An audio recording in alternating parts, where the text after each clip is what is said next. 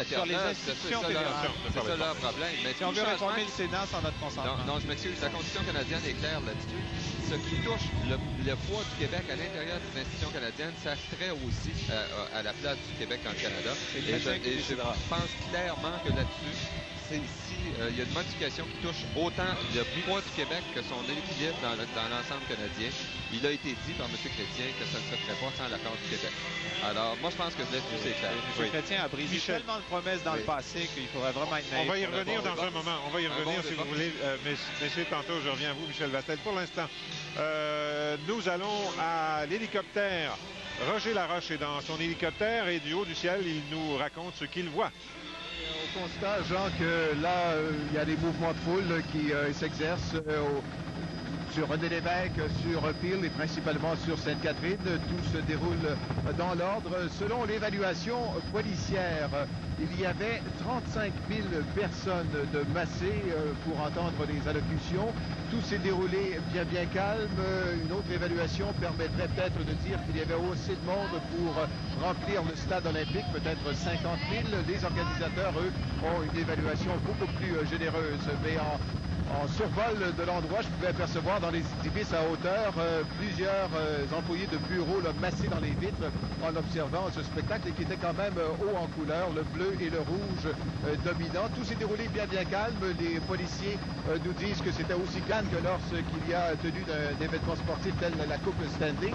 C'est une fois l'événement terminé maintenant là que ça va devenir un peu plus actif. Tout s'est déroulé donc, je vous disais, dans l'ordre, peut-être deux faits dignes de mention, quelques contre-manifestants qui se sont présentés à l'angle Mansfield et René Lévesque. Ils ont été très rapidement refoulés par un groupe de la GRC.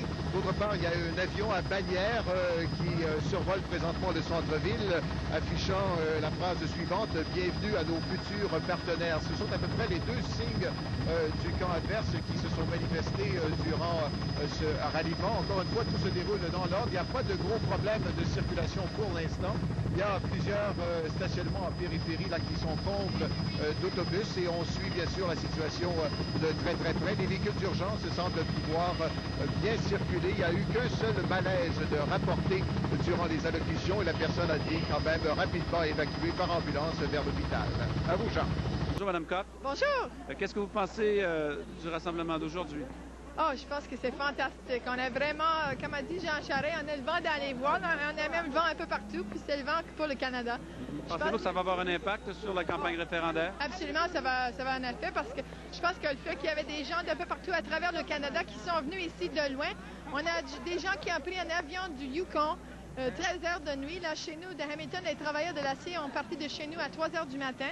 C'est pour le montrer solidaire avec le Québec, puis oui, ça va avoir un effet. Croyez-vous que ça pourrait être perçu comme un peu de la provocation, une manifestation d'autant de gens de l'extérieur du Québec à quelques jours du référendum, compte tenu que la controverse qui a entouré le financement du transport des gens? Qui parle des provocations, c'est les séparatistes eux-mêmes qui ont peur, qui perdent un peu le pédale.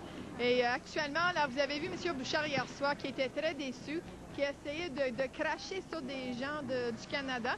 Mais ce qui est vrai, là, c'est que les Québécois et les Canadiens sont solidaires. Ce pas les Canadiens qui sont venus dire au Québec quoi faire. C'est les Canadiens qui sont venus pour dire le cœur du Canada, c'est le Québec. Et c'est le message qu'ils livrent aujourd'hui. Merci beaucoup, Mme Kopp. Merci beaucoup. Même ma fille est ici. Bonjour. Effectivement, Mme Kopp parlait de... hello, Mrs. O'Brien. Hello. What do you think of the meeting today? Que croyez-vous de tout cela? J'ai été très impressionné.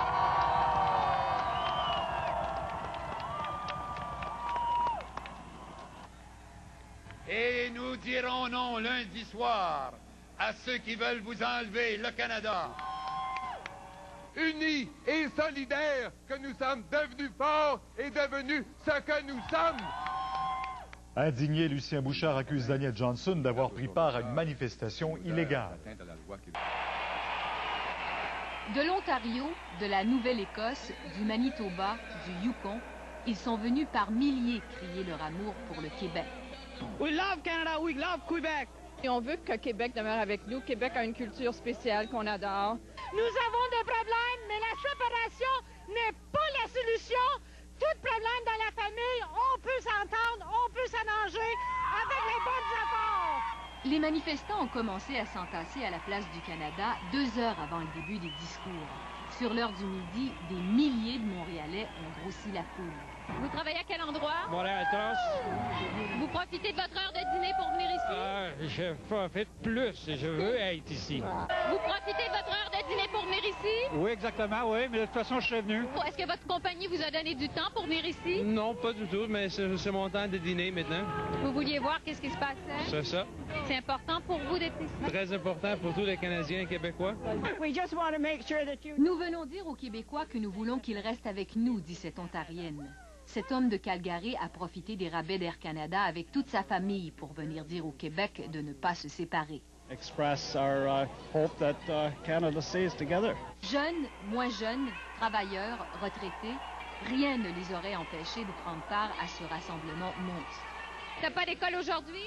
Oui, mais on va le manquer pour ça. C'est important. Pourquoi c'est important? Parce que c'est une partie de l'histoire. Je suis à ma pension, puis je vais pas la perdre. C'est pour ça que je vais voter non!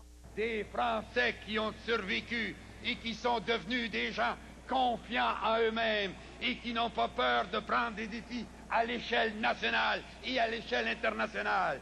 C'est ça qui est l'héritage des Québécois francophones.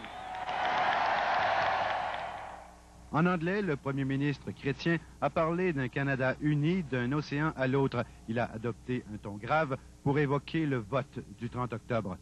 Chers compatriotes,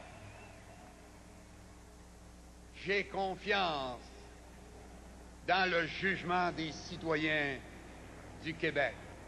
Mes chers concitoyens du Québec, lundi, vous avez une très lourde responsabilité. Le leader conservateur Jean Charest a de nouveau demandé aux Québécois de ne pas répondre à l'appel des chefs souverainistes. À poser la dernière pierre à ce qui serait un monument d'échec.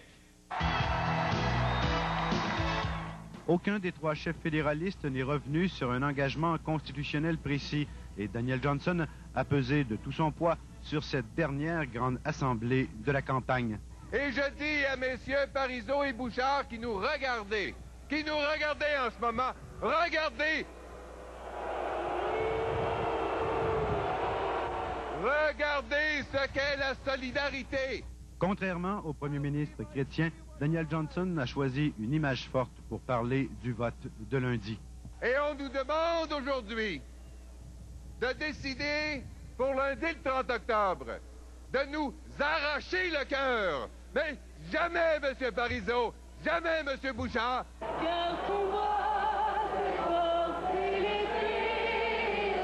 Les jeux sont très serrés. Le camp du non souhaite que cet appel au cœur, ce message d'une autre chance, lui vaudra de faire le plein du vote des indécis. Bernard Plante, TVA, à Montréal.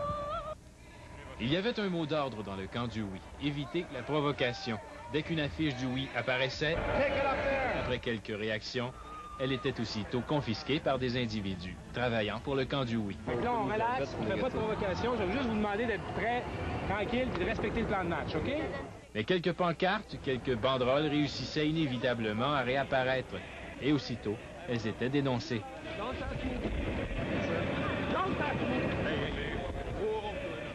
Ce pauvre manifestant n'avait pas remarqué qu'il faisait affaire à des policiers en civil qui tuaient dans l'œuf tout début d'escarmouche.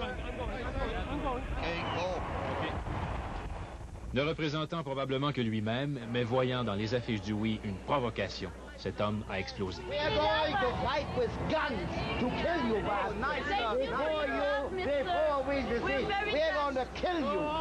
Mais il faut le souligner, ces incidents étaient isolés. Grâce entre autres aux services de sécurité, impeccables, nul besoin de faire appel à l'escouade anti-émeute disponible au cas où.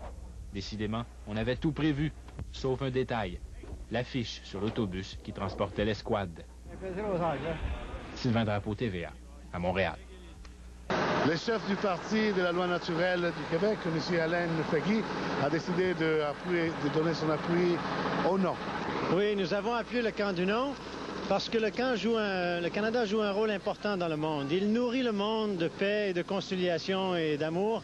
Et c'est ce que le monde a besoin, la Terre a besoin. De plus, nous croyons que la souveraineté peut être accomplie seulement en développant le potentiel humain de chaque Québécois, que chaque Québécois devient souverain. La séparation n'est pas la solution. Ça, c'est juste un niveau superficiel de... Et d'après vous, les résultats lundi prochain?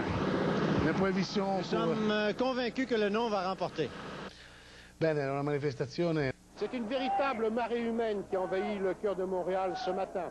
À 3 jours du vote sur l'indépendance du Québec, tous ceux qui souhaitent l'unité du Canada se sont donné rendez-vous ici pour tenter de renverser la tendance qui indique une possible victoire du oui.